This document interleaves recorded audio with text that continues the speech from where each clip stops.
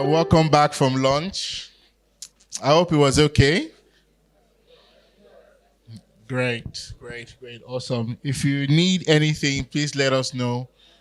But I'm glad that everyone at least is having a great time so far. So we've had two of our sessions for today, and we're going to have our last session for today, and we'll continue tomorrow. So our last session for today is on negotiations, or should I say negotiations in the entertainment industry. The reason why we also put this together is because while you're going out in the industry, while you're representing clients and acting on their behalf, you're going to have to strike deals. For instance, you heard when Beverly was speaking earlier in the day about some people getting left out of split sheets and not being properly compensated for their work. So this is where you come in, and that's why we have this model for you. Our next speaker is Fola Alade. I really want to take my time to read out his profile because when I read the profile too, it trips me sometimes. So Fola is a fellow of the World Mediation Organization. He's a mediator of the Global Mediation Panel at the Office of the Ombudsman of the United Nations Funds and Programs. He's a certified mediation advocate with strong conference of mediation advocacy. He's a certified mediation advocate in the UK. He's a trained mediator on the panel of neutrals for the Federal High Court, also for the Lagos State Multi-Door Courthouse and the Edo State Multi-Door Courthouse, the Lagos State Court of Arbitration, the Lagos Chamber of Commerce and International Arbitration. The list is endless. Please, a round of applause for Alade. Thank you so much. So how do I control this slide? So I'll just be saying next. Okay. Yeah. Good afternoon, everyone. So I'm not a conventional kind of trainer. So let's first of all start with that. Okay, next. It's going to be very uncomfortable. Okay, so I'll be training on negotiation and dispute resolution. So before I start, like they say, engagement is the strength of clarity. So randomly, can I have an idea of what your expectations from this module will be? I understand I'm supposed to speak for maybe 2 hours, but I'll try to say make it lesser than that. So I'll take one from here, one from here. Can I have an idea of what your expectations are within the framework of what I will be teaching on? Negotiation and dispute resolution. So anyone, before I pick on anyone here, can I have an idea of what your expectations will be? This guy, you look like me. Yes, you. No, sir. You looking back. You. Let me have what are you expecting from this training? On my topic, negotiation and dispute resolution.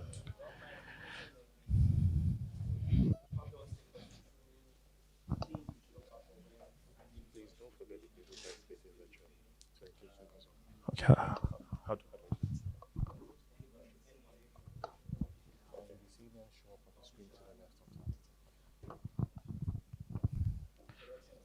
Sorry. I understand there are people watching us virtually that can see me and I can't see them. Hello, everyone.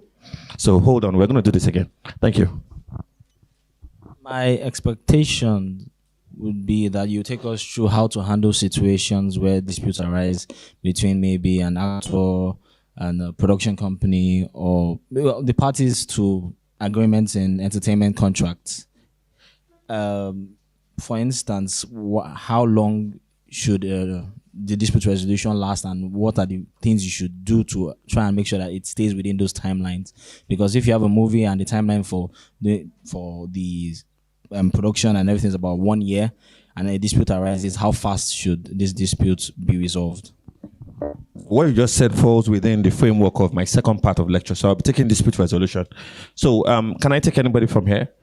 Okay, let me just take the lady, if you don't mind. Thank you so much. I think I know you. So practical steps to take to become a dispute resolution and negotiation expert in the entertainment industry.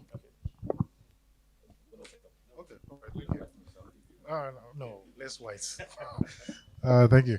No, actually looking forward to finding a way to come to a mutually mutually satisfactory resolution of any dispute between parties and all. That's what I'm actually looking forward to your. So can we take one virtually? I don't know. Is anyone there? How do we do the virtual stuff?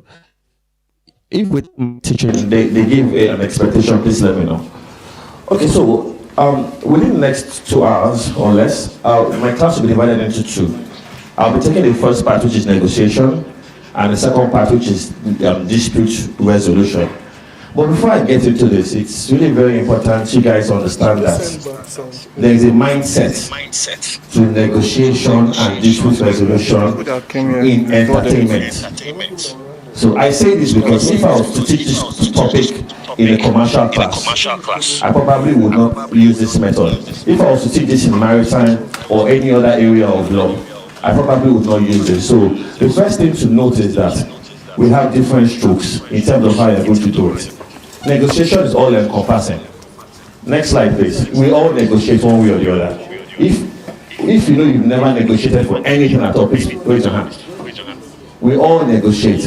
Bargaining is a form of negotiation. Now, within the framework of what I will be teaching, which falls under the theme of entertainment law mastery, 3 things come out of it. The first is what? Hello, everyone. The first is entertainment.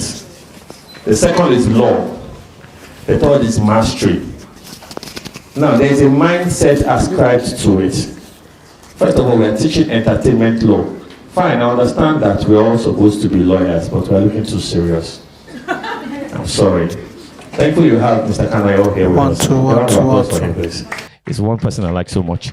So, you see, if there is one thing the creatives will tell you when it comes to the entertainment industry, and by the way, by entertainment, we have music, we have movies, we have comedy, we have theater, we have so many angles of entertainment. I'm sure you all know that. So it's really very important that you don't have a fixed mindset on just maybe movies and music alone. It's all encompassing.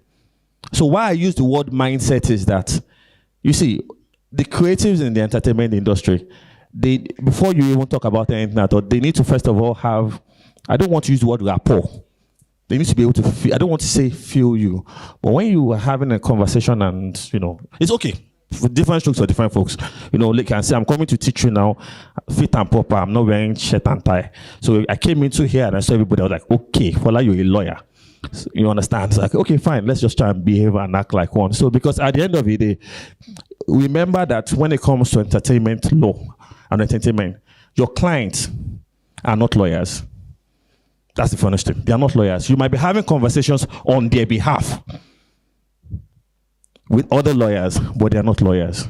So it's really, really very important that within the framework of what you're trying to do vis-a-vis negotiation and dispute resolution, they need to understand you.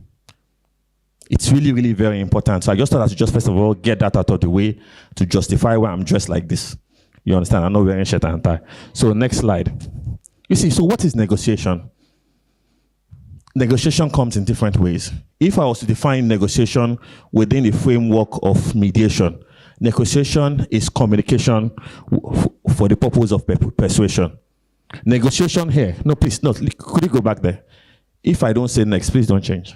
Thank you. Yeah, so negotiation. Negotiation refers to any form of communication with a view to reaching an agreement. Can you see that? Any form of communication with a view to reaching an agreement. So which means that when you are negotiating, the end product of negotiation might be an agreement. So that means that if we don't reach an agreement, can it be said to have a successful negotiation? Now look at it again. It is also an act of concluding a deal through bargaining. So we need to be very, very careful when we are talking about negotiation because you see, it's almost like a one-size-fits-all. You can use negotiation for bargaining. You can use negotiation within the framework of dispute prevention. By dispute prevention, what that essentially means is a conversation you enter into with someone, you understand, to prevent. Then you can also use negotiation for dispute resolution. So it's really, really very important that when you are talking about the context of negotiation, please understand what we are looking at. So within the framework of what I'll be teaching, I'll be looking at negotiation from two angles. First is from the angle of dispute prevention and then dispute resolution. So look at here, we say negotiation refers to any form of communication with a view to reaching an agreement. It's also an act of concluding a deal through bargaining. Now, so many things make up negotiation. We have different stages of negotiation. Next slide, please. And what we're going to be looking at will be the different phases of negotiation. Now, we have the preparation stage. We have the proposal stage. We have debate. We have bargaining, and we have closing. So I'm going to streamline this to entertainment. So you would find me using familiar examples that I know and I hope you know. So, and if you don't know, we'll have to look for an example that you know. Next stage. Next. My name is Fola, but friends call me Flo. So let's assume, as God will help it, I was able to come with a very nice song, and that song is looking like one song that is going to blow. And I'm like, okay, fine. And I'm now getting so many calls from music producers. Everybody wants to sign me up and all of that. Then I go and get, sorry, what's your name? And I go and get Amaka. Amaka is an entertainment lawyer. And I tell Amaka that this company has approached and they want to sign me up.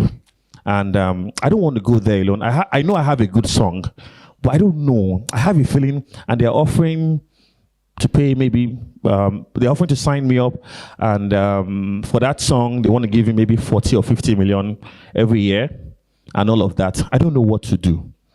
So you know the first thing I would expect Amaka to do, well, first of all, once she has taken down my brief to understand what it is I want, is that we need to first of all clarify what our objectives are. Objective in the sense that, okay, fine, this is supposed to be some kind of negotiation.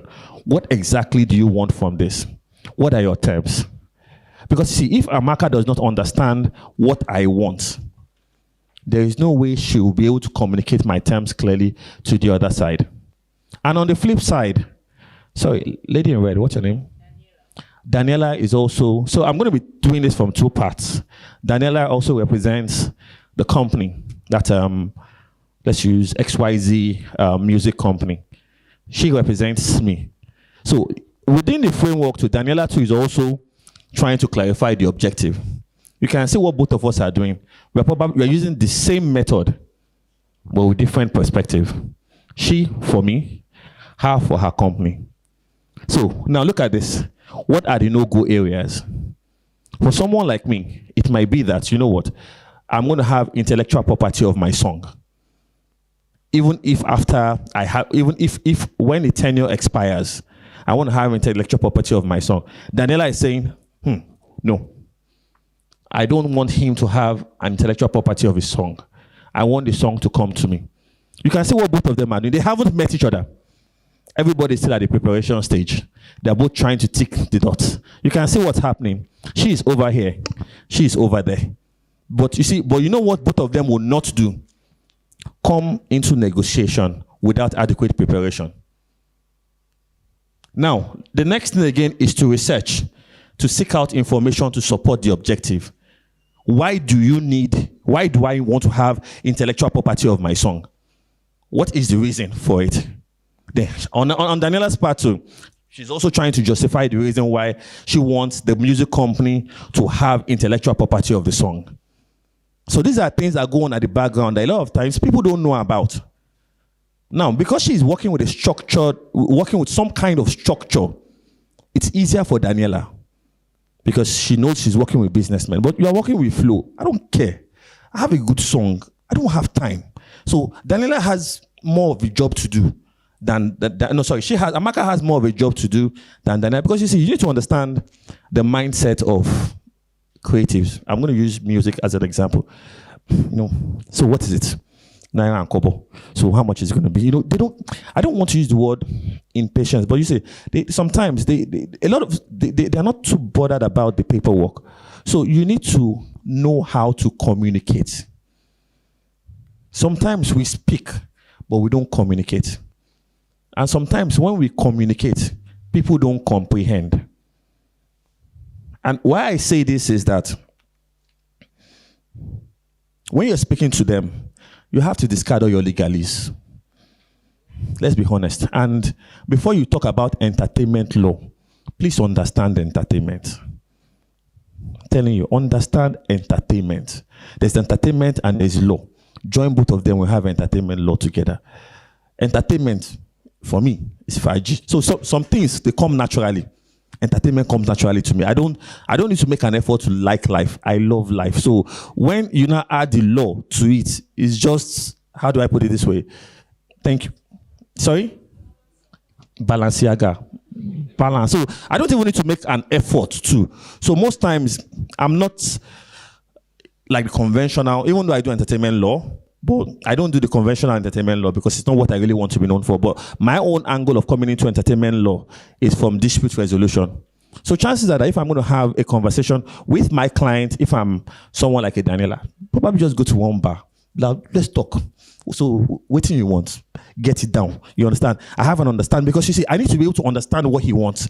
Because if I'm telling Mike, if I'm telling Flo that, okay, fine, can you clarify your objectives? He's like, I don't understand. What do you mean by objective? So you see why, as an entertainment lawyer, you have to communicate. Communication is really, really very important because when you don't have an understanding of what your client wants, it's going to be very difficult for you to be able to communicate his intention to the other party. Then again, you have to study his case. Understand the weaknesses, his weaknesses. For some of them, it's desperation.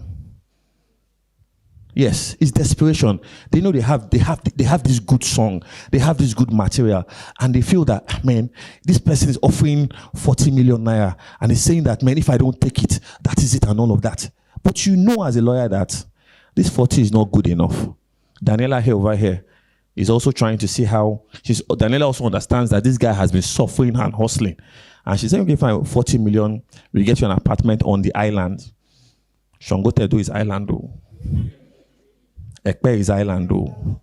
You understand? Some places are island. There is island and there is our land, though. Let's be honest. So you see, that's why I say it's easier for Daniela because she's coming from above. For Amaka, it's not going to be so easy because you're trying to make your client understand that, look, you can get better. So when it comes to negotiation, the bulk of the work really is at the preparation stage. Because if your client does not understand what it is you are trying to achieve, it's always a bit of a problem. So you see, the background of the opposition. You first of all look at the company that Daniela represents. What is their track record? Do they keep to agreements? How many artists have they been able to sign? What is their turnover? How long do they stay? Because you don't go into a battle blind now. You don't. So you have to have an understanding of what the other side also has. Then, are they under pressure or are they desperate? It comes in two ways. Is Daniela under pressure to sign Flo? Is Flo desperate to be signed under Daniela? Understand this. If at the end of the day you notice a bit of desperation from her, it's a good negotiating chip. Same thing to also goes for your client, which is why most times, when it comes to negotiations, I always try to make my client understand, you just tell me what you want and leave the rest to me. Of course, I want you to be there, but let me do most of the talking. Because you don't want a scenario where you're trying to push for your client and your client is, take now, take. Or your client is, step outside, let's talk. You don't want that. It's true. Guy, you don't want that. You don't want that. Then, home ground, home advantage. These things, they matter. They matter. Maybe they want to call for a meeting, and they say, like, can we meet at the penthouse of maybe Radisson or Eco Hotel and all of that? You see, so what this means in terms of location for negotiation is this. If I have to go to Daniela's office for negotiation, she has home advantage. I don't like football. But I know that, you see, when you go and play away and you go to their home, the chairs they get, It's always higher. You understand? So there's something that they call home advantage, because people are shouting. You see, there's a psychology to negotiation, because once you come into the office, it's something that it gives you home because it's as if you are coming to meet us. Not necessarily to beg us, but you are in my house. There's a psychology to it. Then neutral ground, no advantage, is always the best for me. Okay, can we just meet over lunch? Just somewhere neutral. We come, we sit, we have the conversation, and that is it. Away ground, no control.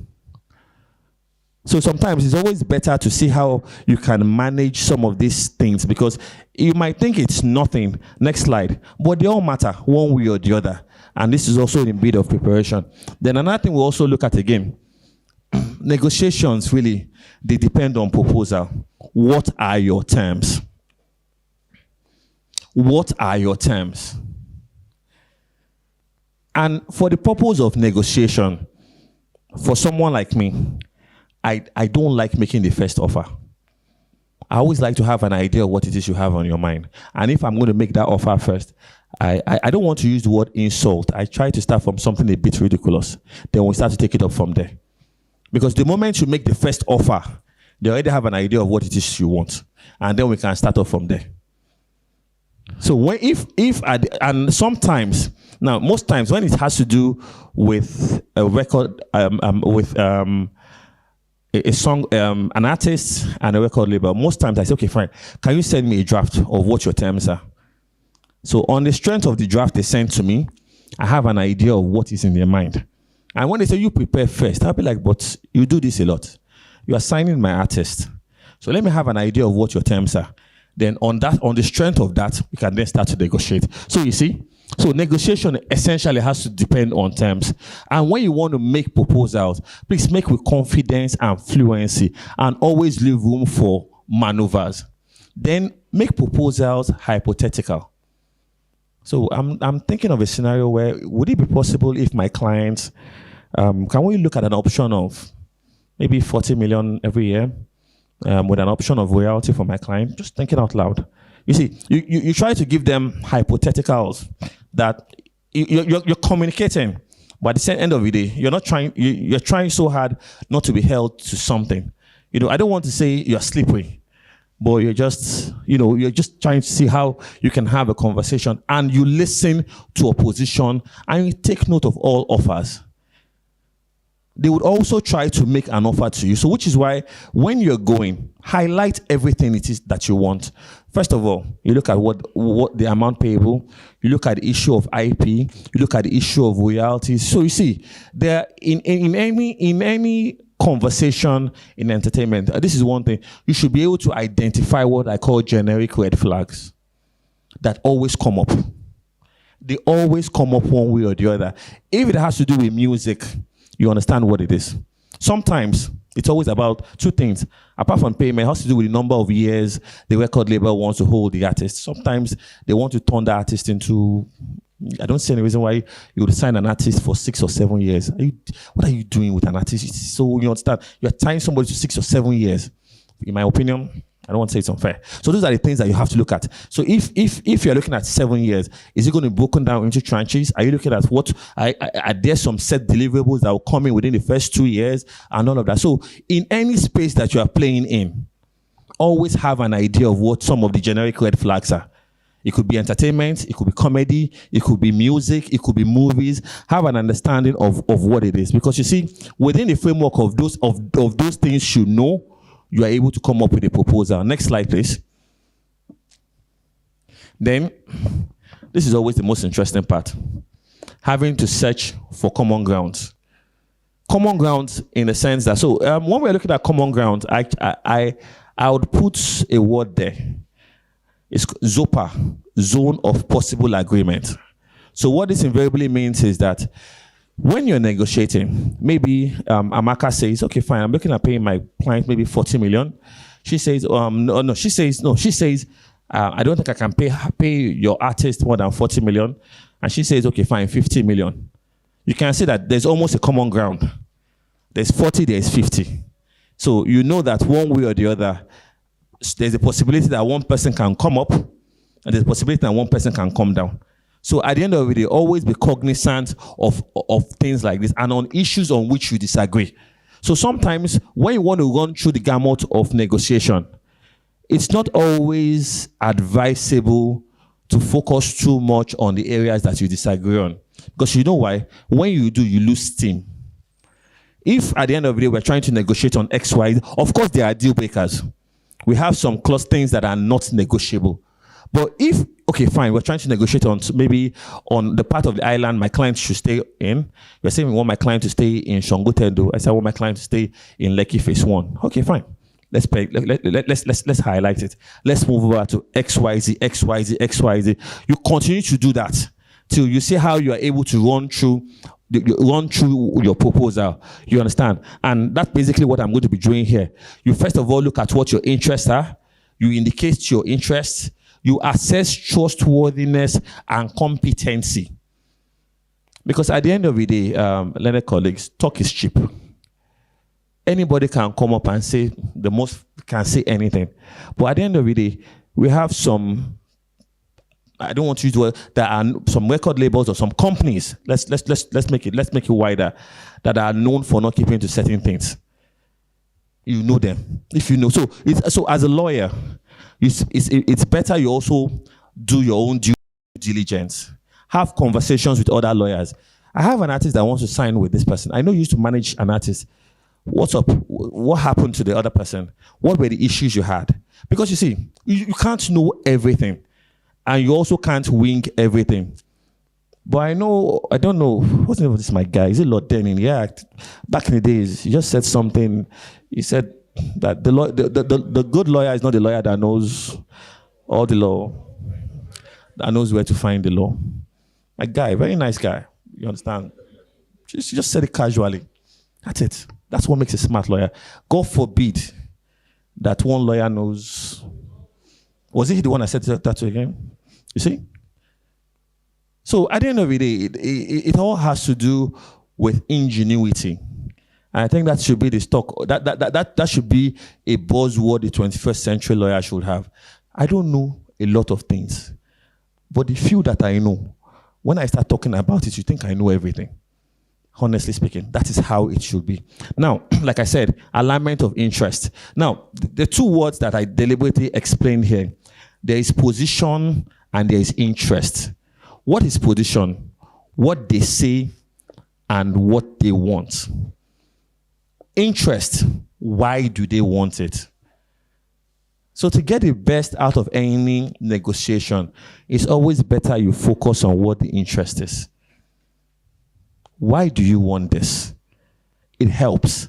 Because most times, when there's always, next slide please, when there's always some kind of discord or disalignment, it's always between the position and the interest. Then bargaining, trading positions, always offer small concessions first. Now, a lot of this has to do with Daniela. On the flip side, Amaka would have to offer what is higher. If she knows that she wants 40 million, invariably, she can probably start from like maybe 70 million. But then again, it's also very, very important that within the framework of both of them, they don't have what is called, we have what is called insult offer. Insult offer is when you know she's offering maybe 5 million to someone who has 40 million. There is no basis for it. It's called an insult. Then we also have what is called a ridiculous offer. When she also comes up with, I want my artist to get maybe 250 million, a house in Banana Island, a Bentley, a chauffeur, and all this kind of stuff, you see. So at the end of the day, there should be a bit of balance in it. So, you see, offer small concessions first has to do with her. Compromise without losing face. It's negotiation, so nothing is cast in stone. It's negotiation. So there's going to be a lot of back and forth.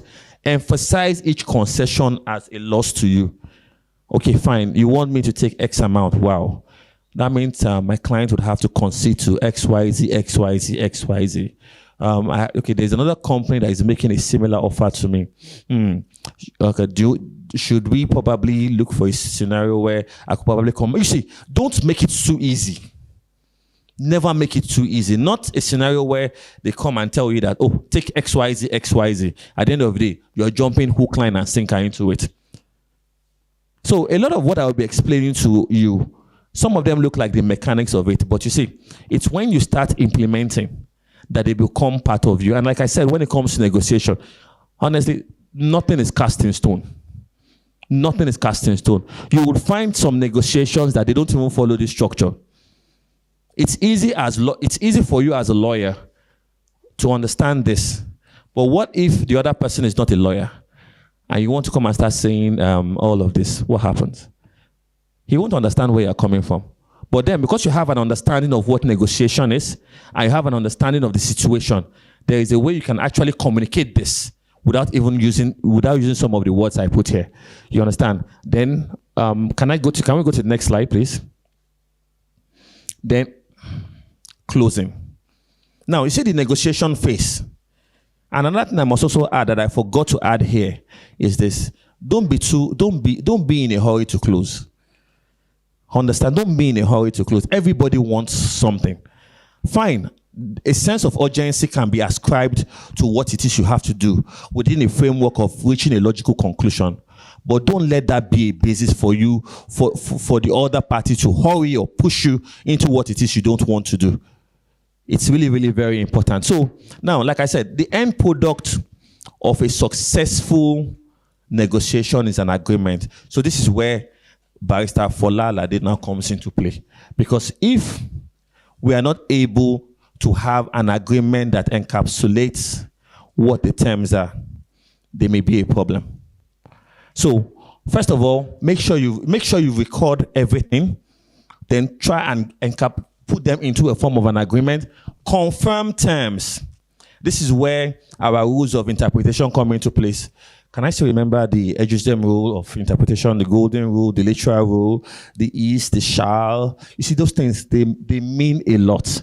The is, the shall, the must.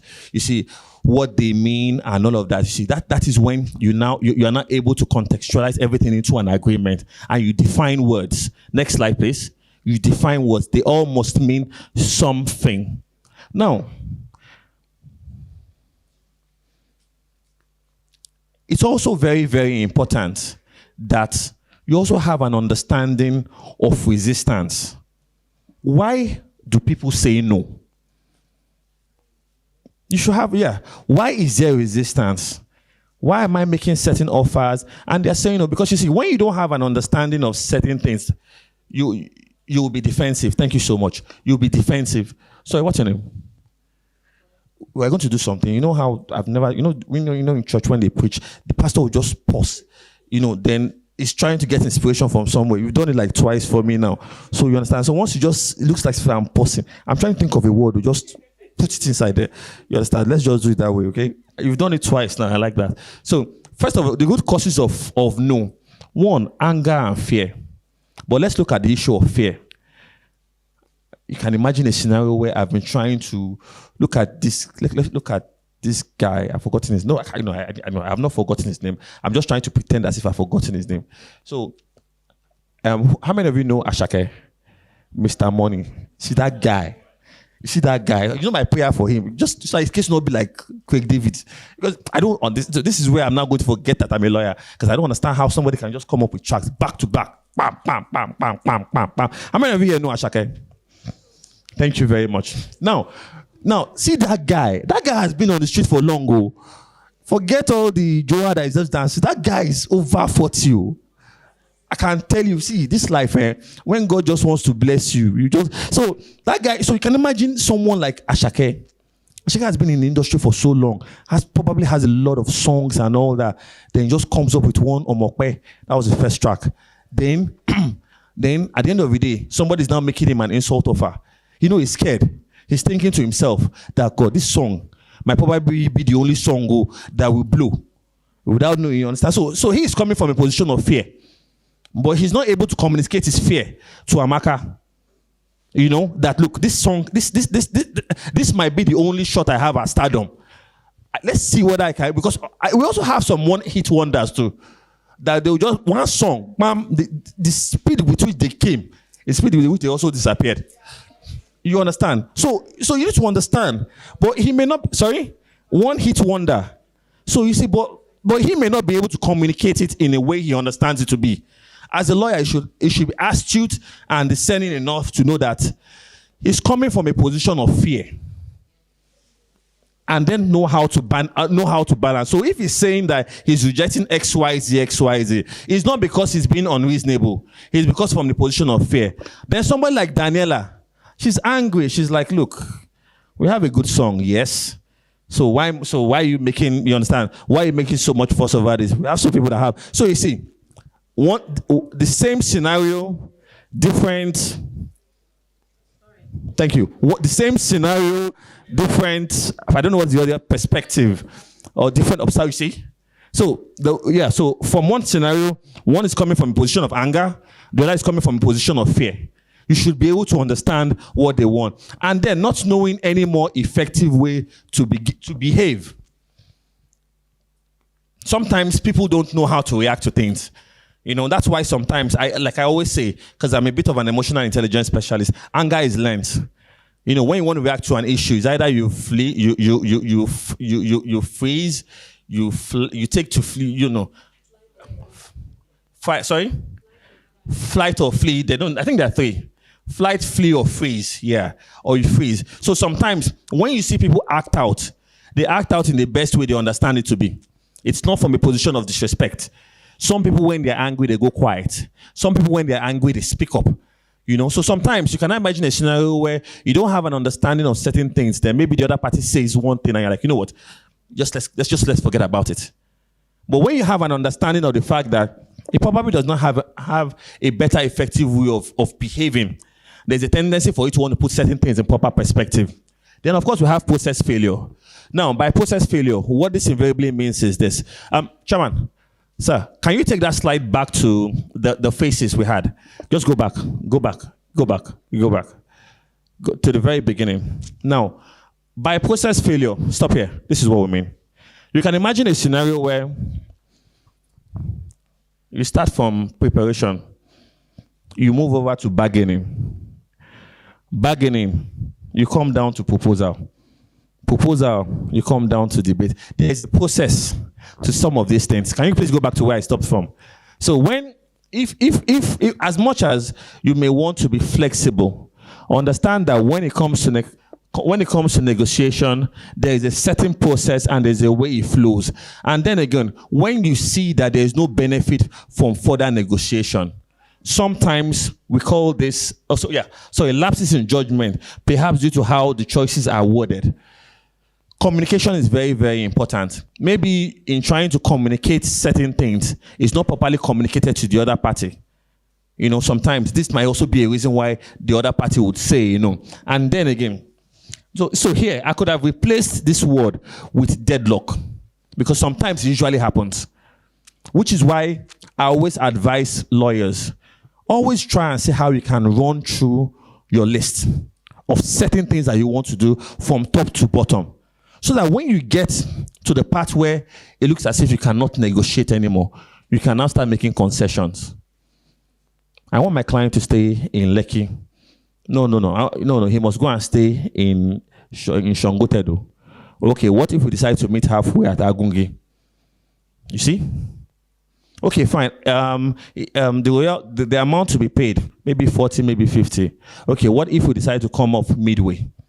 But you see, you would not be able to do this if you've not been able to run through your... So imagine a scenario where in arguing, we only stop at the part of 40, 50 million, and we've not been able to run through everything. We've not been able to talk about accommodation. We've not been able to talk about other things. What happens?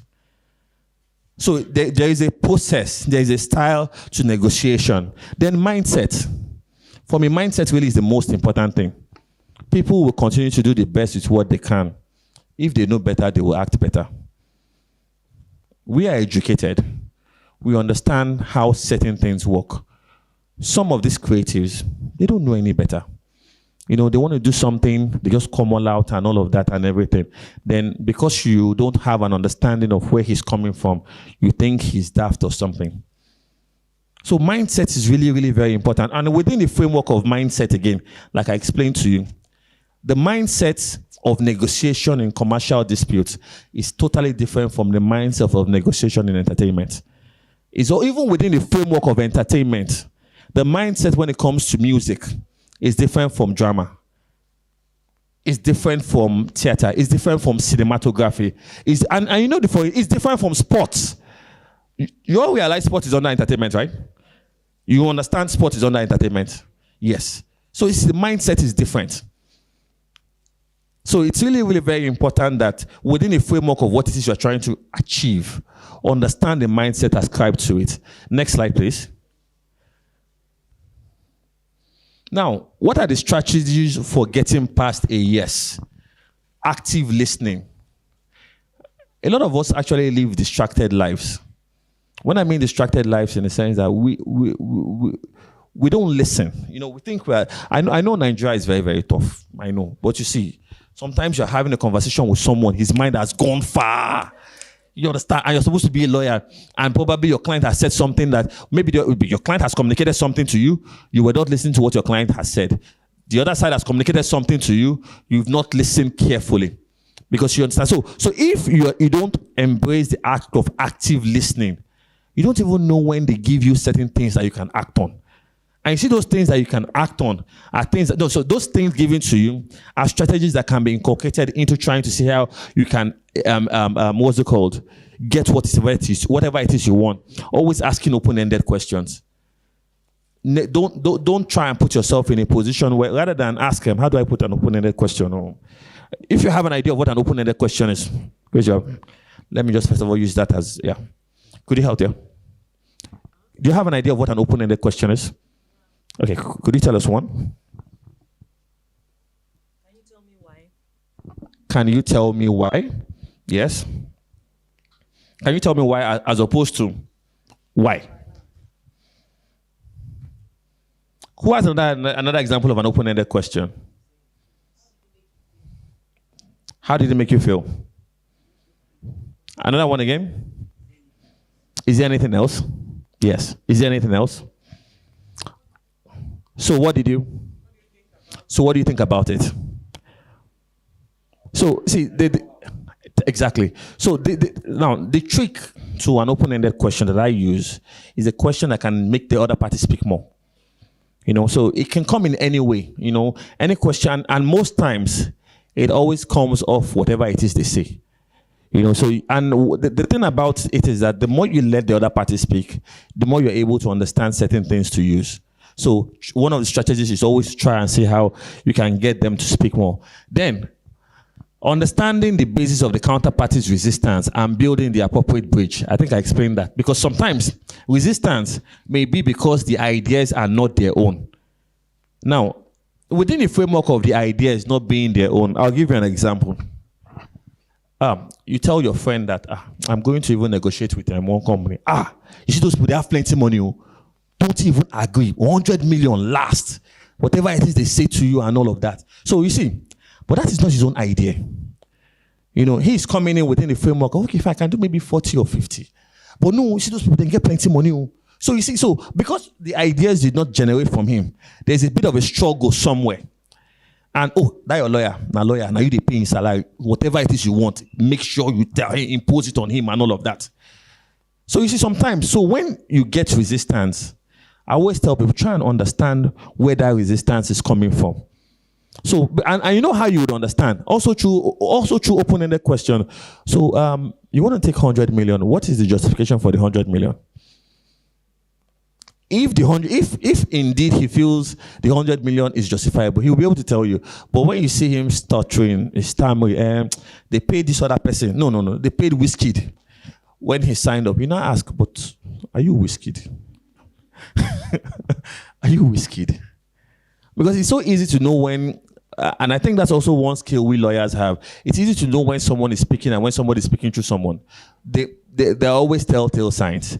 Then another one again is that because of the fear of losing face, you know, you feel you've been able to push an argument to a particular point, and you don't want it to look as if you're coming off as being cheap, you're coming off as being weak. You understand? You don't want all of that. Or another thing again is when the changes in the agreement is coming too fast. You know, they've given you a framework of what it is they want. Then in negotiation, they're just changing everything. You know, just taking off this one, and all of that. You know, it's not sequential. Your lawyer is still trying to see how it can explain or justify one point. You get to another point again, there's another change again and all of that. You see, sometimes if if you don't manage this, because one thing about negotiation, learned colleagues, is that it should be taken in bits and pieces. You don't finish this before you jump to that one and all of that. So once it's almost sequential and you take it in bits, it's a very, very good strategy for getting past a no. Now, a lot of the things I'll be talking about, especially when it comes to negotiation. Next slide, please. It might look as if it's technical. But what I'll just crave your indulgence for is this. Just try and read this. When you read it, try and apart from even reading it, what I always advise lawyers to do is this. Before you go into any negotiation, at least have an idea of an agreement in that framework. You see, that agreement will guide you on certain things you have to do. So if I'm going to go into if I'm going to go into an agreement with an artist, if I'm going to represent an artist, probably music and all of that, I would not go into that meeting without having an idea of how a standard agreement should be like. So it is within the framework of that agreement that I can be using some of these things. So what I would advise is that some of these things here can be used as a checklist. You all know what a checklist is, right? Yeah, so you could just probably, I think you're going to make the slides available to them, right? Yeah, so you could use a lot of these things as a checklist. Does this take this one? Yes. Is this what it is I'm going to look at? Yes. So that way you are able to have an idea of how to communicate what your clients want. Now, strategies for getting a yes. Always try and separate the person from the problem. Understand that this is a negotiation. Understand that both of you want something out of this. Of course, I'm not saying that we should exclude being outrightly rude and all of that. But you see, sometimes we get so emotional about certain things that we lose sight of the fact that this is actually a negotiation and this is business. And that is why sometimes I always tell people, you cannot extricate emotional intelligence from certain things. So first of all, try and separate the person from the problem. The fact that the artist is acting one kind or the fact that the other person... First of all, what are we trying to achieve? Which is why it's always best to always start with the end in sight. Then again, deal with people's problems directly. Don't try to solve them with substantive concessions. Somebody has raised a red flag about something and you feel, okay, fine. Now let's use the example of the 40, 50 million naira now. You're saying that you want to concede, you're telling the other party to concede to 40 million. We're still trying to have a conversation about this. You're saying, okay, fine. If you concede to this one, then I'll probably give you, I can get my client to get you an apartment. No, let's have a conversation about this. Even if you're going to make certain concessions on XYZ, let us first of all have an understanding about what it is that we're having an argument about. You understand? And also understand again that when it comes to dealing with human beings, there are three sources of people's problems. One, perception. Perception is how we view things. You understand? When it comes to the issue of perception, like I always say, perception is reality. When it comes to the issue of perception, there are really no right or wrong answers. Then again, emotions. We're all emotional human beings. As much as we may try to as much as we try to say that we are logical, I can't remember the statistics for this, but I know they say human beings are, I don't know whether it's 85% emotional, 15% logical, but when they now take emotional decisions, they try to justify it with logic. So what this invariably means is that even if I'm here, and this is how it works, and I'm saying nonsense, for the fact that I'm slightly funny, somehow, some way, that small nonsense I'm saying will sound like sense. There's a psychology to it. That is why when just let's be honest, go back and look at some of the lecturers that you enjoyed. These are lecturers that when they come to class, they try to make you, they try to how do I put it this way? To lighten the atmosphere, the environment, and all. Like for someone like me, I've never really been a bright student. I'm in between. This kind of struggle to those kind of students that they go into an examination hall not with the intent of passing, but they don't want to fail. It's different when you go and sit down for an examination and you're aiming for first class or 2-1. The mindset is different. If you're in that group, don't be shy. No, we know ourselves. See, so we don't go into the sea. So we know ourselves. Because you know how I knew that I was not the one with the problem and that the lecturers were the one with the problem? Was how I had a 4 in jurisprudence. You know how abstract jurisprudence is now? Yeah, but I was taught by one of the best lecturers, Professor Akin Yebode, the way he was able to teach jurisprudence, you know. So when I had a 4 in jurisprudence and I carried contracts, so I had a carryover in contract. So I just said to myself, you're not the one with the problem. Nothing, nobody. If I have a 4 in jurisprudence that is so abstract, I'll do a carryover in contract. It's not me. The lecturer is the one, I'm telling you. So the point I'm just trying to make out of all of this is that at the end of the day, we're all emotional human beings. So what within the framework of negotiation is this. You see, hard as much as we may try to be very, how do I put it this way? It's a lot of times we all feed off energy that we don't see. You know, so if you're going into any negotiation, common courtesy, have a smile on your face. You understand? Because you see, little things like this, they help one way or the other. I know we are lawyers. I'm not trying to be. I know we are lawyers. I know there's always a tendency for us to want to just throw big words around. You know, do. It's okay, no doubt. But you see, sometimes they don't work in every place, especially when it comes to entertainment. Because you need to have entertainment is supposed to be about life. Entertainment is supposed to be social. Entertainment is supposed to be, it's supposed to be relaxing. So that is what entertainment is coming into play with. But when, as a lawyer, you now come with all your, let's be calming down. See, I can't think of a better way to put it. Then again, communication. You see, you cannot not communicate. Everybody's communicating one way or the other. So as an astute negotiator, you should always watch out for those telltale signs. We have the verbal communication, we have the non-verbal communication. Even within the framework of communication, so many things make up communication. It would interest you to know that it is not what I am saying that is making a lot of you listen to me. It is how I am saying it that is making you listen to me. The fact that I'm pacing, I'm changing my voice, I'm moving to the left. You see, you're all wearing a suit. I'm wearing native as a bad guy. You know, those kind of, literally see all those things. Instead of me to wear a black cap, I'm wearing rainbow so that I can stand out. And if I see this cap on anybody, I will know that they copied it from me. So those little things, they all matter when it comes to, because you see, when there's a higher likelihood of a lawyer or an emotionally intelligent negotiator getting what he wants out of a negotiation than someone who just comes in and is all stuck up and is just trying to follow with everything. So you see, these are certain strategies that come into play. Like for me, for every negotiation, one thing I try to do is to try and see how I can make that environment lively. Not necessarily lively, but within the framework of professionalism. It's really, really very important. Now, you catch problems early, prevention is best. Like I said, always focus on interest. Why do they want it? Not position. You're saying that you want to be paid 40 million every year. Why do you want to be paid 40 million every year? So if he's able to explain to you certain things and you're able to latch on to the interest, because you see, when people talk long enough, you are able to identify what it is they want.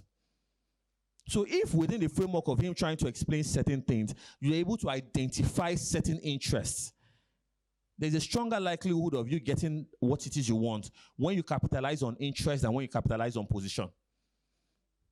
So always understand this. Whenever there's a position, whenever there's a bargaining at play, and somebody's coming at you from a position from a position, if you are able to get interest at play, there's a stronger likelihood that interest will supersede position. And always recognize the existence of multiple interests. We have the lawyer, we have the manager. You have the manager, you see those people? You have the manager, you have his uncle, you have the father, you have the mother, you have somebody out there, you have the godfather. A lot of them might not be at the meeting. But you see, it's really very important to have an understanding of some of the interests at play. Especially when every time he wants to make a decision, excuse me, I'm coming. Steps out. He goes to make a phone call. He comes back. Okay, I don't think I want to get this. You try to speak to him. I'm sorry, I'm coming. He steps out. So when in any negotiation, it's always very important that you try and identify the interests at play. Next slide, please. And then again, after all said and done, this is where it gets very, very interesting. For as long as we cannot read the heart of man, we can only continue to try. AKA, we are just winging it. We can sit here and come up with 1,001 things to try to see that we capture what our clients want. But at the end of the day, if you are not able to capture it, your saving grace will be the infusion of a dispute resolution clause in your agreement. Because think about it. You're not the best lawyer, you're not the best negotiator now. Now, go back and look at some of the artists you have that probably had issues somewhere. Do you think they did not have conversations surrounding this? Do you think they didn't have lawyers like yourself representing them? So you now ask yourself this question: what happened? Because at the end of the day, interests too sometimes change. So for someone like me, I'm really very particular about, I like entertainment law. Who can remember initially when Kiss Daniel had issues with his position? I think it had to do with the number of years he signed and all of that. You see, sometimes most artists are just desperate. You just want to get into this agreement and just have it signed at all costs. Then you have record labels trying to take advantage of it and all of that. But once there is a dispute resolution clause in your agreement, and the dispute resolution clause should be a trajectory of some sort. What do I mean by trajectory? I like to call it the NMA approach. You start off with negotiation. You start off with You start off with conversation to highlight that there's a problem. If that conversation fails, you move over to negotiation. That's the negotiation we're talking about. You understand? And this negotiation might not necessarily be towards conflict resolution, but might not be towards conflict prevention, but conflict resolution. If that fails, you now move over to mediation. If mediation fails, then you can do arbitration. But you see, once you don't have a negotiation clause in an agreement, it makes it very, very difficult. So that is why in anything that you do, it's very, very important that you impute a dispute resolution clause in your agreement. And what is the importance of it? First of all, disputes are easily resolved because you have something to fall back on. It salvages business relationships. You avoid litigation. Then again, it's also open discussions. Still back to negotiation. You can see how negotiation is coming out. You can see how we first of all started off with negotiation and trying to get something your client wants. You can see how negotiation is coming out in resolving disputes. So at the end of the day, we all negotiate one way or the other. Facilitated discussion, either mediation or arbitration. And at the end of the day, it saves you a lot of time and money. Money we can quantify, time we cannot. Next slide, please. So what I've been able to do is to come up with a template of some sort infused into the presentation that I'll be giving to you. Now, we have different types of dispute resolution clause. We have, I'll call this the long version that states that, okay, fine, in the event of any disputes, differences or claims arising or blah, blah, blah, the partners, they shall meet in good faith. That is the first conversation. If this doesn't work, the second one is that they negotiate. If negotiation does not work within a time frame of 14 days, you move over to mediation. If mediation does not work, you move over to arbitration. But I always advise, always infuse a dispute resolution clause in your agreement. Because at the end of the day, you cannot cover everything. And even if you do, people change. Interests change. Next slide too. So if you don't like this long version, you can also go for the abridged version. The abridged version is the version that... Next slide, sir. Yes, the abridged version is the version that basically encompasses all I've just said in just maybe one or two sentences. You can see it here. So no matter how watertight you think your agreement is, always infuse a dispute resolution clause. And watch how this teaching flows in a sequence of events. Look at how we started off from negotiation and watch how we're going to delve into dispute resolution. Next slide, please.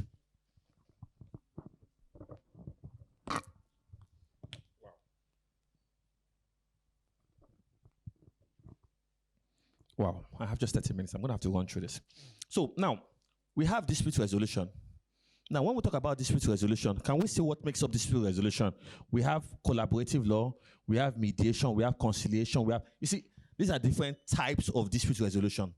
But for the sake of time, I'm only going to focus on three. The three common types of dispute resolution. Next slide, please. The first is litigation. Now, what is litigation? Litigation is a formal general process which resolves dispute through a court with a judge or jury. We all know what this is. Well, some of us are litigators, you understand? So we all know what litigation is. But the flip side of litigation is, next slide, ADR, alternative dispute resolution. In some climes, they refer to litigation as a traditional mode of dispute resolution. They now refer to every other point as an alternative mode of resolving disputes. You understand? And look at it. Look at the generic definition of ADR. It says that it refers to any means of settling disputes outside of the courtroom. Next slide. Chairman, sir, we are going to move very fast, so you understand. So now, we have different types of ADR. We have conciliation, we have negotiation, like I mentioned, we have arbitration, we have collaborative law, we have mediation. But the three common types, next slide, is always litigation, mediation, and arbitration. And within the context of entertainment law, those are the three I'm going to be focusing on. Now, mediation essentially is an amicable way of resolving disputes using a third party neutral, who is usually called a mediator. If I'm going to be mischievous, I'll define arbitration as litigation without wig and gown. So, yes, that is if I'm going to be mischievous, because what I'm going to do within the framework of entertainment law, I'm going to create a WhatsApp group and put litigation and arbitration in the same WhatsApp group. One, and because if you look at the playbook, they would have the same playbook. And when I mean playbook, in the sense that the end product of litigation is judgment. The end product of arbitration is what? An arbitral award. You have a judge for litigation. You have an arbitrator for arbitration. What are the certain elements that both of them have in common? Element of compulsion, element of punishment, call it whatever you like, award, judgment. There's some kind of penalty for what it is that you do. The only one that is standing on his own, child of God, mediation. Blessed are the peacemakers. Blessed are the peacemakers. They shall be called the children of God. So you see, now what makes mediation? So at the end of the day, you have both of them. You have mediation on one part. Next slide, please. I'm still going to go back to that side again. But you see, dear colleagues, there's a mindset to dispute resolution, and I'm just going to say this. And you know how those comedians do it. If I break this mic, will I pay for it? If I break this mic, will I pay for it? You know those, I don't know, you know when you go for comedies, all those shows, that one guy will just come, he'll just drop one punchline. When he finishes, just drop the mic on the floor and walk away. You know, those punchline. You know, so they just do it. They don't care whether you get the joke. They just said it and they're walking away. So that's what I'm going to do, but I will not break the mic. I'll just say it. I'm not going to explain. I'm just going to leave it there. Then it's now left for you to either take it or leave it. You see, there's a mindset ascribed to dispute resolution. And what is a mindset? The foundation of dispute. No, we say dispute, we say conflict, you say disagreement. At the end of the day, one thing you all need to understand about conflict. Conflict, first of all, is innate. We're all born with it. And that's why I struggle when I see the mindset lawyers have towards conflict. We're all born with conflict. If you think I'm lying, for those of you who have children, you see when your children fight and have did you teach any of them to fight? No. But yet you see them fight. If you know you've never had a misunderstanding with anybody in your life before, please raise your hand up. It's not possible. So you see, conflict is an essential part of man. You see, and even from the days of old, the first conflict that happened in the Bible was between God and who? Satan, when he sent Satan out of heaven through him. The second one, when she ate apple. It's No, let's not go there. I'm trying to be very professional here because if not for that, anyway, let's just leave that argument. So now so that's the second one again. She ate apple. First of second conflict. Esau and Jacob, Cain and Abel, Solomon and what's it called? Solomon and is it Delilah? Sorry? Samson and there was one guy that they threw into the den because of woman. What's his name? Joseph. Okay, that's Joseph the dreamer. But the point I'm just trying to bring out of all of this is that you see, I can go on and on mentioning conflicts we've had since the beginning of time. Even among nations, you see, conflict is part of us. Apart from the fact that conflict is innate and conflict is as old as mankind, we have come up with every means of dispute resolution since the beginning of time. So please, why do we still have conflict? So if you don't see conflict as part of us, why then do we all struggle to fight with conflict every now and then? Why do we see conflict as a form of virus?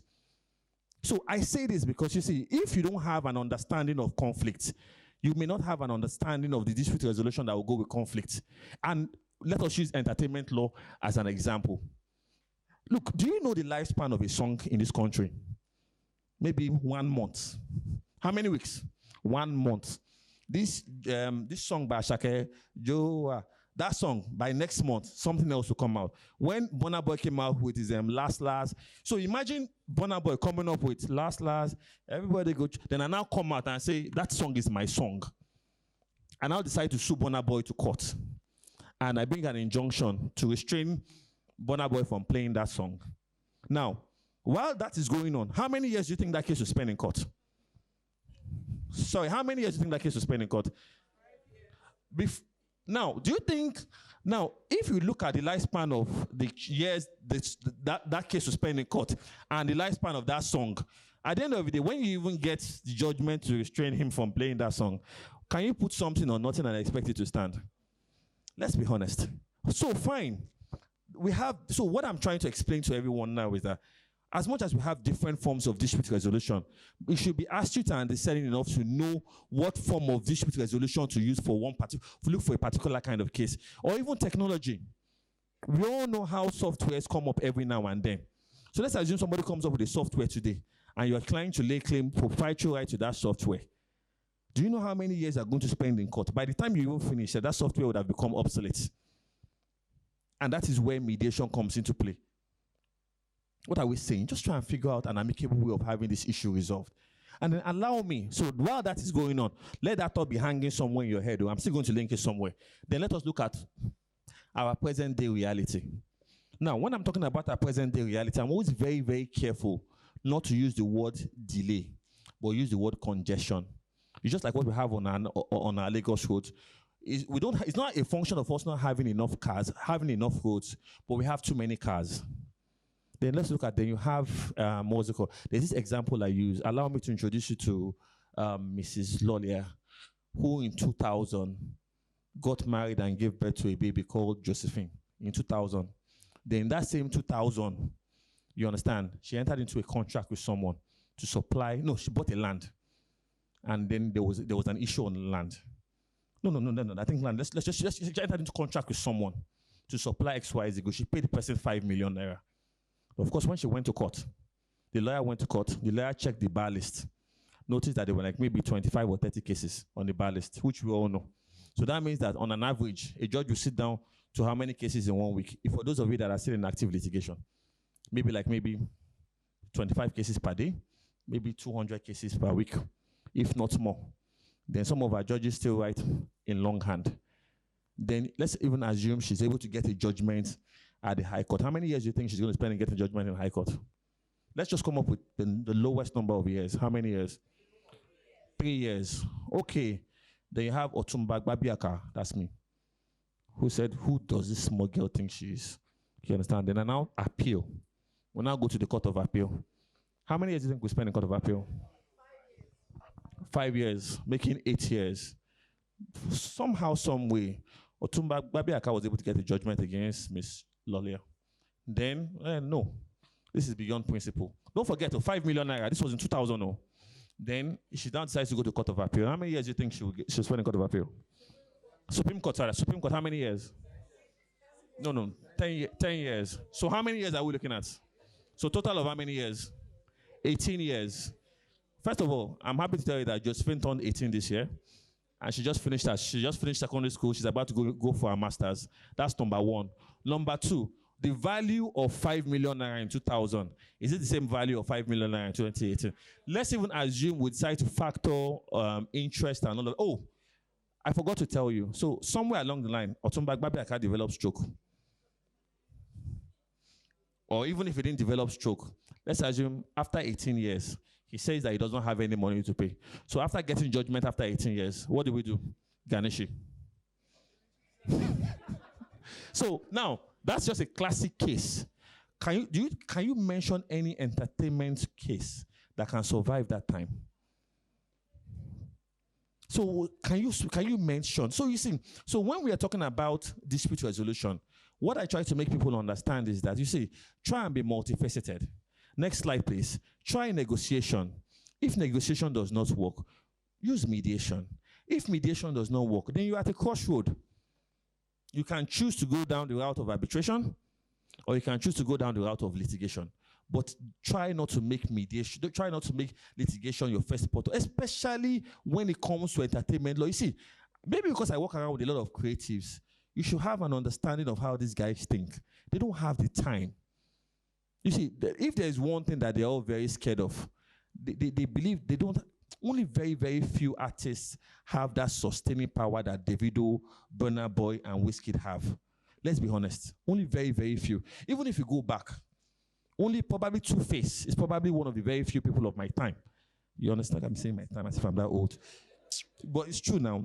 Two-Face is probably one of the very few people that we can say has managed to stay relevant true and true. So you see, they have this nagging fear that, look, I don't want any issues. So most times, let me tell you the kind of lawyers that they're looking for. They're looking for fixers. Those that have names of Fola. I advertise myself. Nothing is going to happen. You understand? Because you see, that's the mindset. They're looking for people that can fix. When I mean, in sense that they're looking for proactive lawyers. Lawyers that have an understanding of where they're coming from, have an understanding of their case, and within the framework of that, tries to help them resolve it amicably. Because you see, what the 21st century lawyer wants, he wants results. He doesn't want effort. You can't come back and be telling him that you filed the case in court and that the court has adjourned Senator. He goes like, what is in there? You understand? He doesn't want to hear that. Because and the funny thing about it is that a lot of times we lawyers are very diligent in what we do, but the issues that we have, they are totally outside our control. There's so much we can do. So at the end of the day, even when you file in court, there's so much you can. Okay, look at this right now. So I remember when I delivered this paper some years ago. You know, lawyers now. When I wrote Nigerian judges work less than 4 months in a year. Sir, I put it to you that this is very, very wrong. I would like to see the citation of the fact that, so if you have a problem with this slide, it's not me. See, his name is there.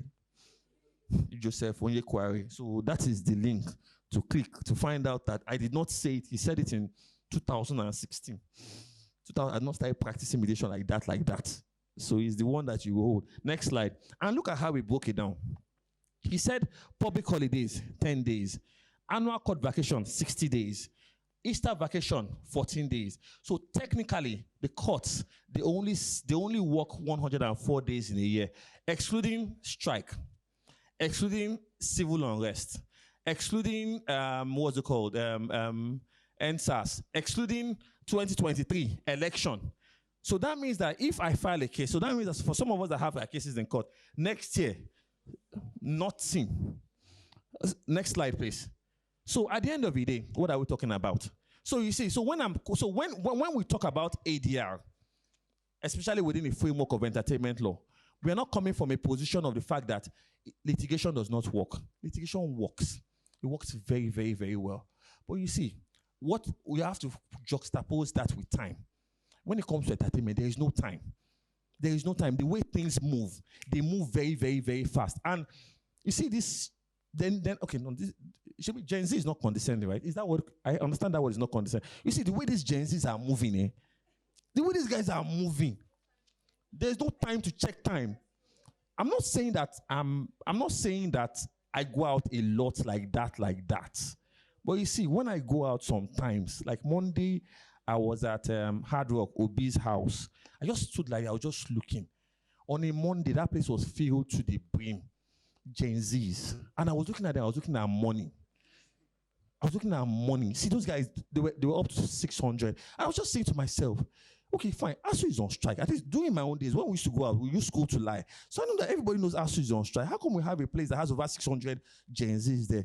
And you see, these guys, they love entertainment. That is their life. See, they see it as a form of distraction.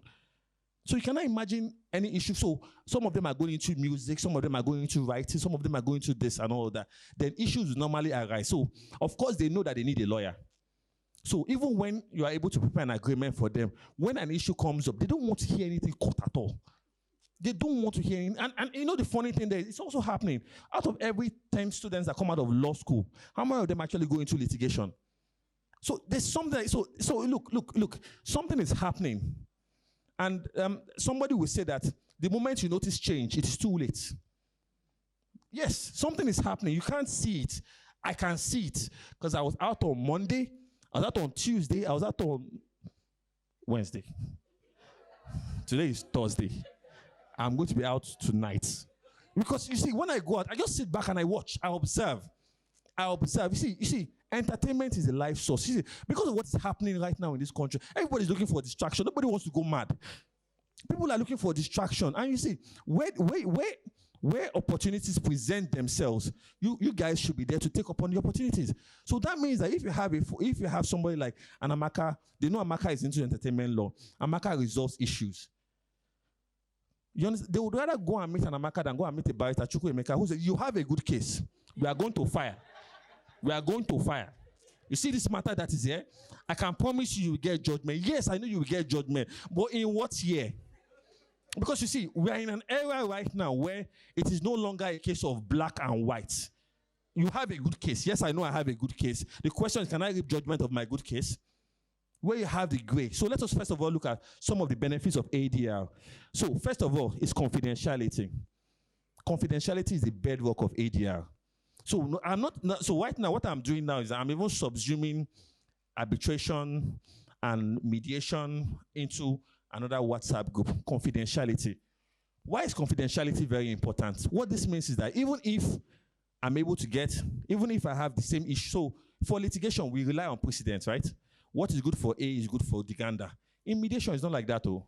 Two people can have the same cases, but they come up with different results, depending on interest and position.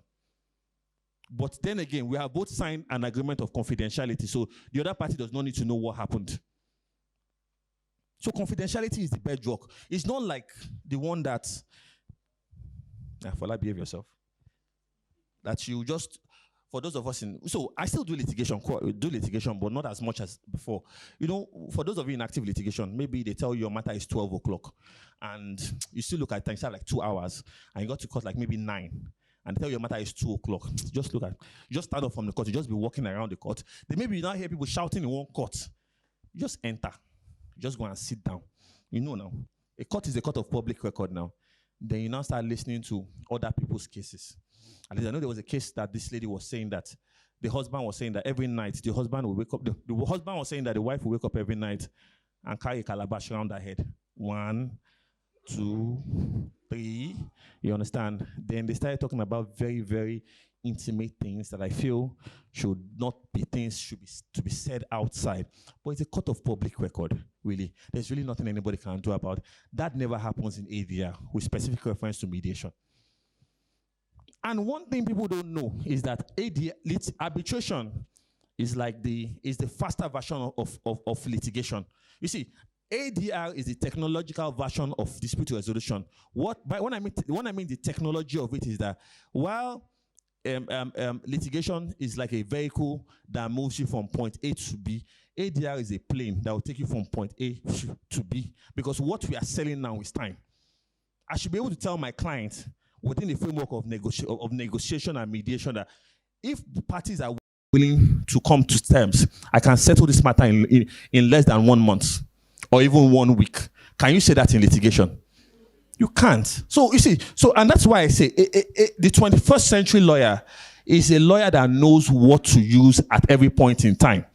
So all this torrential I'm saying, it's easy for me to say it now because I'm talking about entertainment law. But when it comes to some commercial agreements, if we need to go down arbitration, we'll go down arbitration.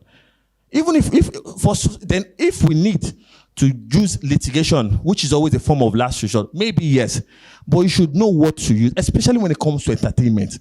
I always tell parties, just stick to ADR. It's faster. It's faster because of how dynamic entertainment is. Because of how dynamic entertainment is. Okay, here, I think when you did your Living in Body, it was cassette now. It was cassette. I think you Living in Body was a cassette. 1992. I put it to you that some people don't even know what a VHS is right now. Yes, okay. Some people don't know what VHS is. But let's be honest. I was no what VHS is. I don't want to mention somebody's name here, but I was having a conversation with someone. I'm telling you, I was having a conversation with someone. So my colleague and I were having, and this person said that she just said it randomly that she was born in 1998. I can't remember what I was doing in 1998. So if KOK is saying that a video came out in 1992, please, how can she know what that is? You understand? So you can see what is happening. It's technology. Then can I go to the next one, please?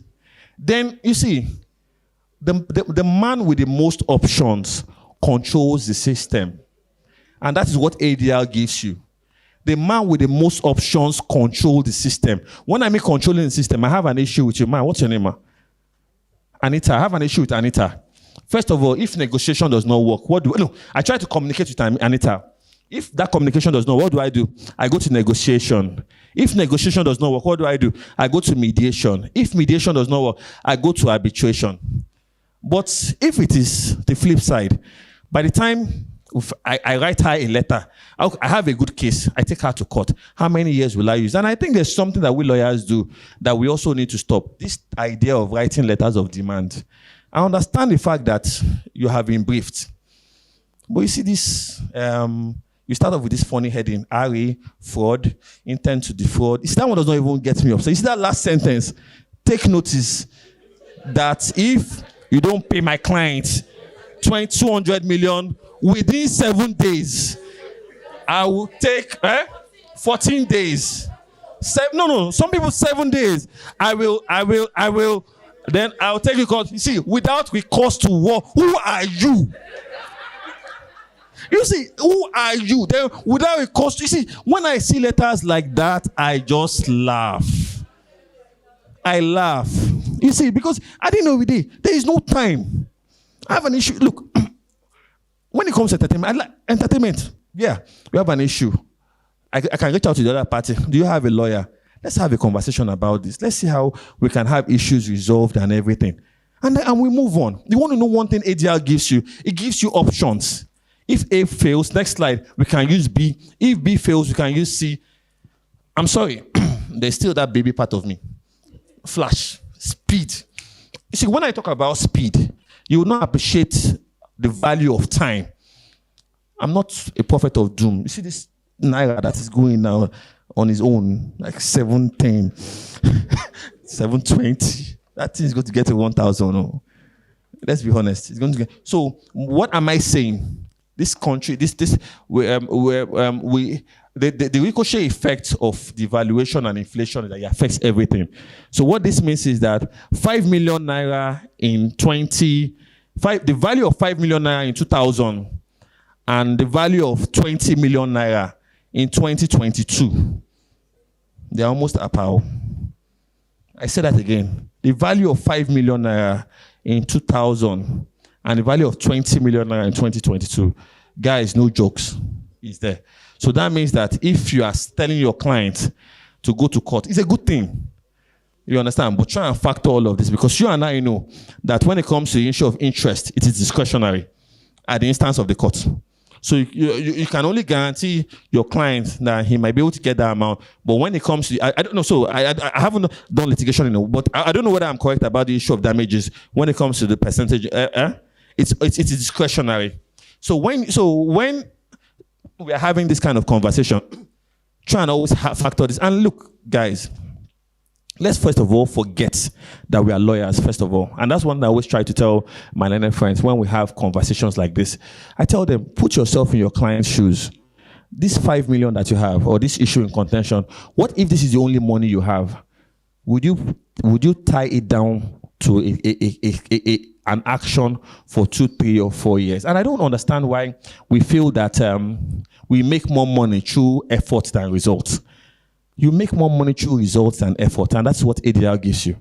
Because at the end of once your clients see that you are result driven and they deliver, they would always recommend people to you. And let us be honest, the backbone of what we do is referrals. It's referrals. This guy is a sharp guy. If they deliver, they would always come back and meet you. Not the one that you are going to cut and you see, fine. It's okay. It's okay because invariably, not all cases can be resolved with mediation. Let's be honest. Not all cases can be resolved with arbitration. But you see, I don't share that school of thought. I believe that practically no case that can, because you see, my mindset is that I understand conflict. I understand that conflict is forever. No, there's nothing anybody can do.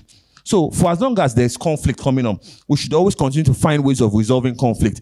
The conflict we were solving during Shango's time, when people were taking up land, is not the conflict we are solving now. And in another 7 years from now, will not be the conflict we are solving when I can stand on a car, when I can have my car fly from here to another country. So you can see what is happening now, ladies and gentlemen. Conflict is evolving, but the mode of resolution is not evolving with it. So this is what is happening. Conflict is... There would always be problems. You understand? Next slide, please. Don't worry, I'm looking at my time. I have just 6 minutes left. You understand? Now, litigation is always looking to find fault. You are the one at fault. You understand? This one, I put it to you. You understand? You know what I mean? I put it to you. Exactly. You're always at fault. With mediation, it's never really like that. Because you see, what mediation looks at is that, fine, you might be at fault, but there are actually ways around it. So to put it this way, you look at black and white, yes, but we look at the green line in between. Next slide, please. Then, evidence is simplified. Do you know what it takes to tender a photocopy in court? So you see, when I'm having, so most times when I have conversations like this, I'm not having this conversation from a place of them say. Oh, I was in active litigation for the first 12 years of my life. Do you know what it is to lay foundation for photocopy? Then God will now bless you. You don't have that photocopy. You now want to go and bring notice to produce. Then let us now put that one again. Do you know what it takes to tender secondary evidence, electronic documents? What you have to do to first of all go and look for the printer that printed it out, plus the serial number. Please, if I'm lying, somebody should cut me short. Oh, you said you have to certify. Sorry, you have to certify. So if I'm if I'm embellishing, please let me know. So, but it's not like that with arbitration. I don't know. Okay, I don't know. It's not like that with arbitration. It's also not like that. Let me stick to an area of strength. It's definitely not like that with mediation. I don't know about arbitration that much, but I know it's definitely not like that with mediation. Evidence, no, it's not even like that in arbitration because you don't do all of that in arbitration. Yeah, you don't do all of that in arbitration. You understand? Evidence is simplified, and you and I know that evidence is the backbone of anything we want to do. You understand? So if I'm not able to and pushing an evidence correctly, then there's a problem. Next slide, please, sir. And then again, COVID answered this question for us. Learned colleagues, we know what happened in 2020. The courts were practically comatose. They tried to introduce I don't know whether it worked. So virtual hearing, you understand? But so do you know that in ADR, I can be here in Nigeria as a lawyer. My client can be in Paris. The other person can be there, and we can still continue, and we'll have our issues resolved. Learned colleagues, ADR is evolving into ODR, online dispute resolution. That is the next phase now. So that means that there are no barriers. There are no barriers. Before coming in this morning, I had a mediation session this morning between 7:30 and 7:30 and 9. Because of the time zone, my client was not in Nigeria. He was somewhere else. Then between 9:30 and 11, I had a training in India. You understand why? Because of technology. So what this means is that if you're going to talk about litigation, do you know how long it's going to take before my client comes back? You understand? So these are things that we should actually understand, that when it comes to certain things, they work, but sometimes they don't work. Next slide, please. Now, at the end of the day, in trying to round up, there are certain key issues. And I say this, if you ask me, based on my years of experience in ADL, with specific reference to mediation and some of the cases I've handled in entertainment, the biggest problem we have, I'm sorry, they are lawyers, not the clients. And because you know why? Because most times the client comes to brief the lawyers. And there's a presumption that I am paying you for services to be rendered. So there's a presumption that you know more than I do because it is your field. So if you tell me that mediation does not work, I will have to believe you. So you see, the biggest problem militating against ADR, first of all, is awareness. You see, and you know what makes this awareness a bit sad is that they don't know that they don't know. It's called unconscious incompetence within the framework of emotional intelligence, because this is 2022. You tell me now that mediation is not binding. How is mediation not binding? Because this is a conversation that comes up every now and then. If you don't take anything out of today's conversation, please take this out of it. Please, how is mediation not binding? First of all, I'm going to look at this from two angles. First of all is the angle of the fact that the end product of mediation is a settlement agreement. Lawyers, a settlement agreement is supposed to be a contract. Is a contract not binding? So if a contract is binding, so how is mediation not binding? Then the smart lawyers will say, no, that is not where we are coming from. We are saying that we are looking at the process. What is the process? You tell me now that the process of mediation is not binding. And I ask you a question again. Is the process of anything in life binding? The process of mediation is not binding. The process of arbitration and litigation is not binding. Because you see, if you do not complete a litigation case to the point of judgment, can you at any point in time now say that you want to use it against anybody? No, you can't. If you discontinue a case at the trial stage, at the pre-trial stage, is that a concluded case? So is that binding? No. Even with arbitration, when you don't run through arbitration, is it binding? It's not binding. Then Barrister Chukwuemeka will say, no, the law, I disagree with you. Mediation is voluntary. Nigerians, they have coconut head. They like force. You understand? The problem I have with mediation, they will say, is the fact that it is voluntary. So the fact that I cannot compel you to come shows that it is weak. And I ask a question. Why is it that what makes me human, which is the element of free will, the ability to tell you to stand up and you choose not to stand up, the ability to tell you not to do the element of free will, which makes me human, has now become a disadvantage in mediation. Whereas that element of free will, that you and I can sit and have a conversation over an issue that has to do with both of us, you understand? It becomes a problem. So first of all is the issue of awareness. And second again is the issue of resistance to change. People don't like to change. We are so fixed in the way and manner we do things. And that is why whenever a conversation comes up about training lawyers, I said no. Lawyers don't need to learn anything anymore. They need to unlearn and relearn. That's the honest truth. We need to unlearn and relearn. And in our defense, we would only do the best with what we can. If we know better, we will do better. Because we're all taught advocacy in school. We're all taught to be litigators. We're all taught advocacy. But a lot of us decided to unlearn and relearn. Next slide, please. Then understanding the concept of neutrality. People don't understand the fact that somebody can actually be neutral. Then the ADR mindset.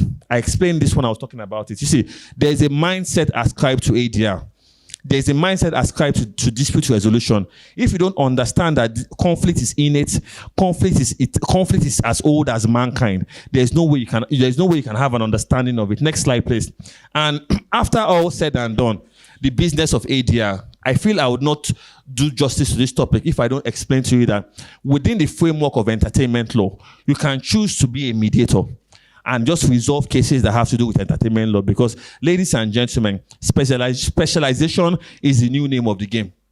The lawyer for master of all, that jack of all trades is changing. You understand? Once now, entertainment, like I said, is a big place to go in now. So within the framework of entertainment, you can actually be a mediator.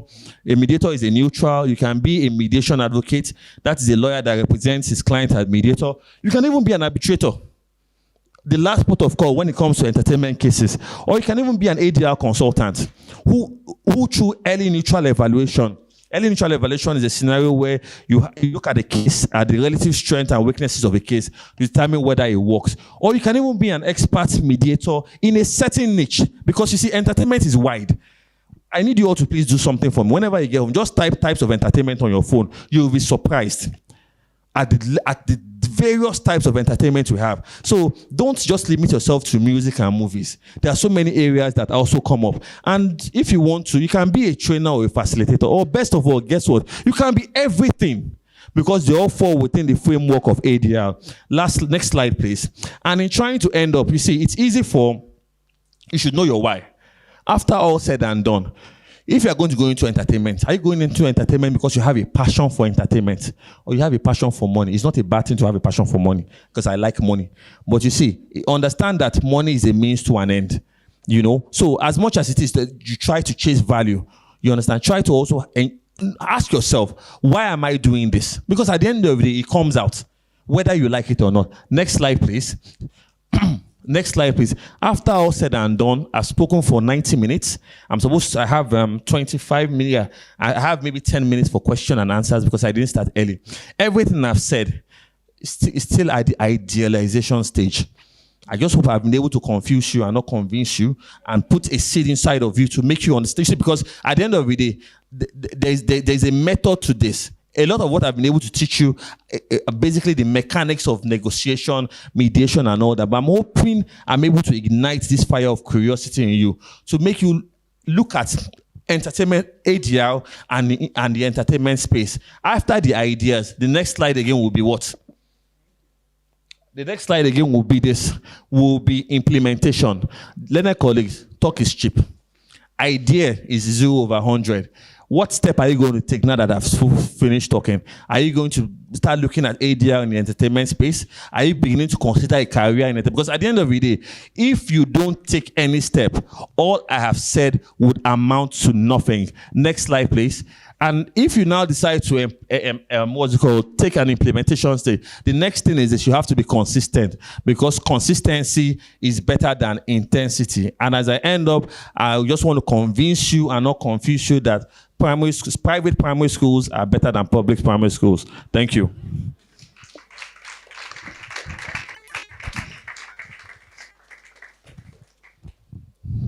Okay, thank you. Can I call out a name, or I just go straight to the question? Okay, so I have a question from Chinazo. Okay, I'm a UK-based family lawyer looking to get into entertainment law. Wow, and I'm stuck. Where do I start? You have started already. You are here. You have started. You are here. You see, confusion is a good place to be, I'm telling you, when you say you are stuck, it's a good place. Because you see, when you are stuck and indecisive, it means that you have become receptive to the idea that there's something fundamentally wrong somewhere. You need to make a move.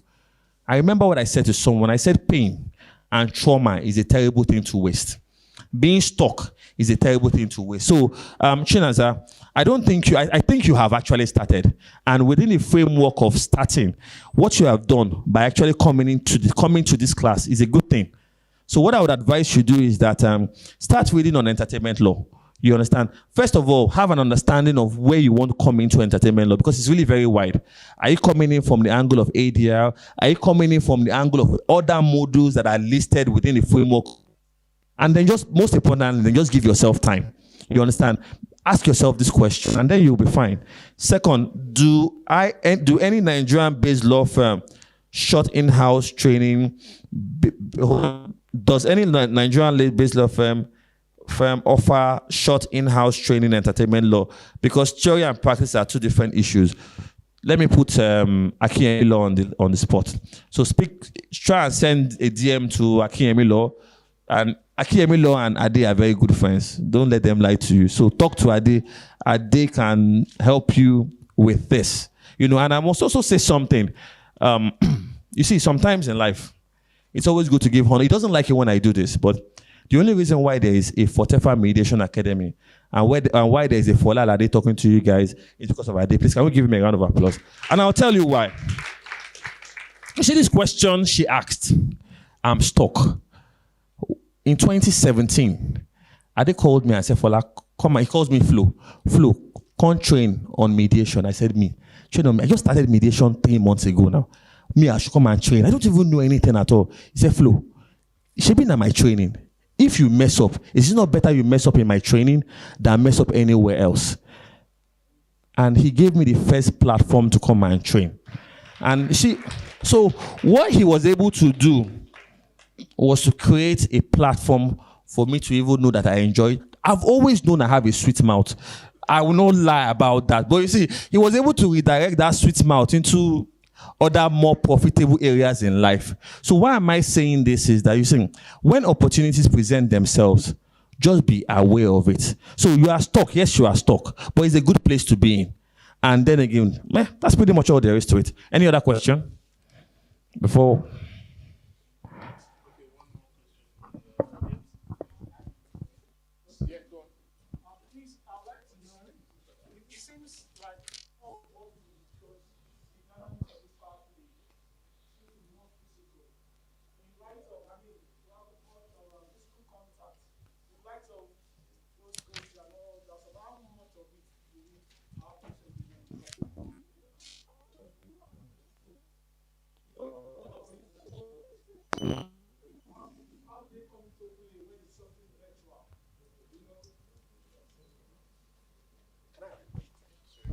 It's the same thing, sir. If I was to have, if this training session was virtual, nothing I said would have changed. It would have been the same thing. So when we talk about virtual, it's just basically it's a means of communication. You know, so if at the end of the day I can't see you, but I can see you through a device, it would definitely be the same thing. So it really doesn't make any difference if you ask me. The only difference it makes right now is that I'm standing, I've been walking everywhere. Probably if it was virtual, I'll probably just switch off my video, go and do something and come back and all that. So virtual, yes, might be a bit more convenient. But so it's really more, it's more of a question of function over form, or how do they say this, you understand? But it really does not change the value of what it is you're trying to do. Yeah, any other question? I have 10 minutes actually. Yeah, I have 10 minutes, 1 minute. So I have just 10 minutes. Any question? Oh. Okay.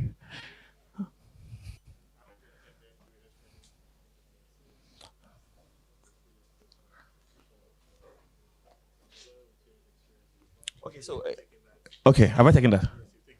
Okay. Okay, so am I going to do that? You're going to do that? You. Okay. Thank you, everyone. Guys, a round of applause for Fola, please. Yes. Thank you so much. Thank you so much. Fola's classes are always very engaging, and I'm glad God used me to speak to him to start doing mediation trainings. So, guys, thank you so very much for participating today. Please, a round of applause for yourselves. If you are watching online as well, please, a round of applause. Thank you so much for coming. Today has been day one, and it's been exciting. Tomorrow promises to be more exciting. So we have Akinyemi Law, we have Foza as well, and we have Inky. Inky is the senior legal officer at Ebony Live TV. So she, of course, is going to give us some more practical from the business side of it, and not just the theory that we're doing now. So thank you so very much, guys. See you tomorrow at 9 a.m. Thank you.